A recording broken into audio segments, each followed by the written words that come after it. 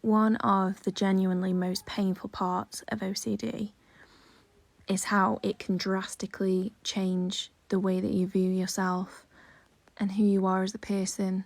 And I'm just gonna put this out there because it's in my head, and I know there's a lot of people that struggle with OCD, and maybe somebody can relate. So when I'm in a good headspace, and I have talked about this before, but when I'm in a good headspace, the way that I view myself feels good, and it feels like it aligns with my values and who I am as a person and what I want out of life. But when OCD flares up,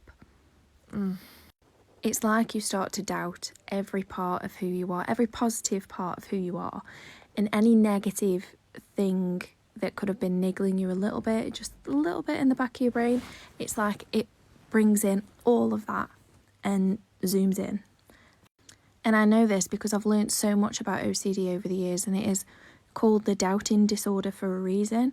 And yet I can know this logically, but logic and OCD just do not have a relationship together. They do not want to.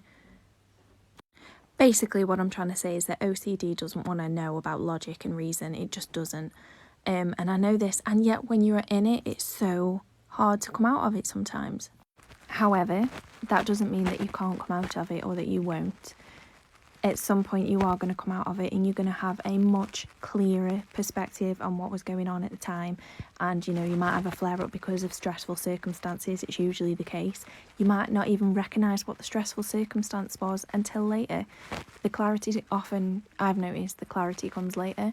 Or sometimes, like now, I can have logic and clarity about the situation that I'm in, but it doesn't always make it easier to come out of it, because like I said, OCD and logic, they just don't have a relationship. And also, I know how lonely it can feel to go through this.